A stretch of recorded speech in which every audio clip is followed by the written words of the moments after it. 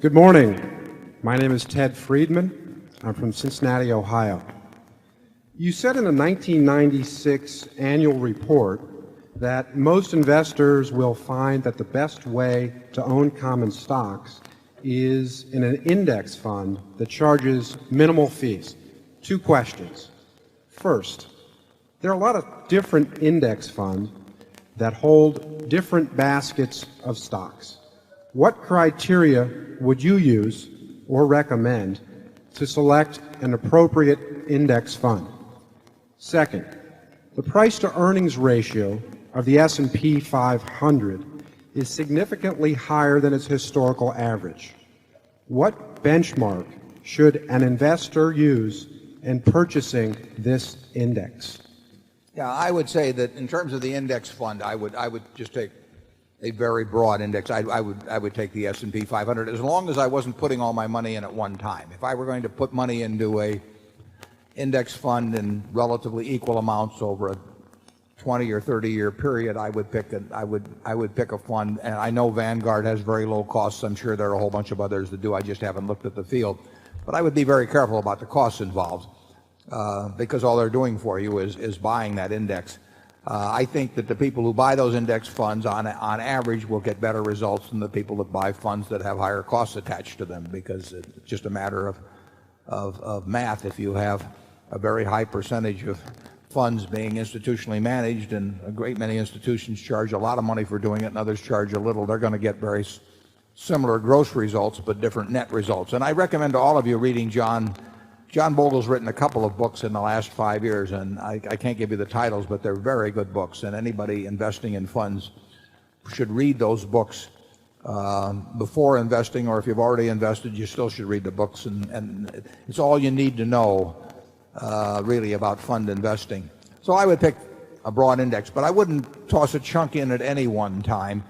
I would do it over a period of time, because the very nature of index funds is that you are saying, I think America's business is going to do reasonably well over a long period of time, but I don't know enough to pick the winners, and I don't know enough to pick the winning times. There's nothing wrong with that. I don't know enough to pick the winning times. Occasionally I think I know enough to pick a winner, but not very often.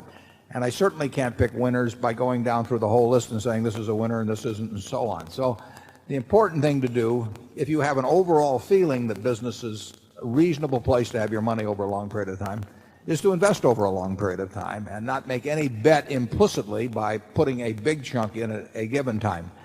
As to the criteria as to when you should or shouldn't, I don't think there are any great criteria on that. I don't think price earnings ratio determines things. I don't think price book ratios, price sales ratios, I don't think there's no single metric I can give you, or that anyone else can give you in my view, that will tell you this is a great time to buy stocks or not to buy stocks or anything of the sort. It just isn't that easy. That's why you go to an index fund, and that's why you buy over a period of time. It isn't that easy.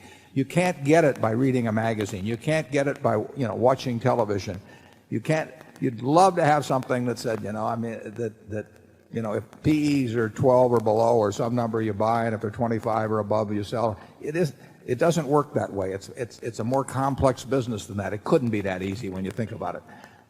So if you are buying an index fund, you are protecting yourself against the fact that you don't know the answers to those questions, but that you think you can do well over time without knowing the answers to those questions, as long as you consciously recognize that fact. And I would, if you're a young person and you intend to save a portion of your income over time, I just say just pick out a very broad index, and I would probably use the S&P 500, because I think if you start getting beyond that, you starting to think you should be in small caps this time and large caps that time, or this foreign side. And as soon as you do that, you're in a game you don't know.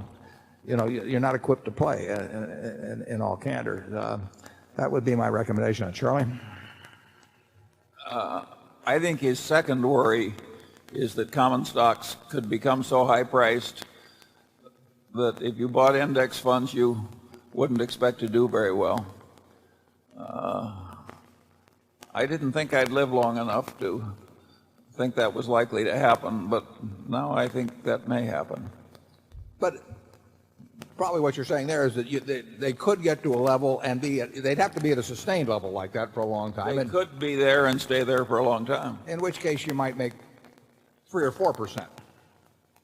But would there be anything way better than that around under those circumstances anyway? And pass the peanut brittle, please. Well, in Japan, where something like this happened, the return from owning a nice index over the last 13 years or so is negative. Can something as horrible as that happen here? I mean, is it conceivable? I think the answer is yes.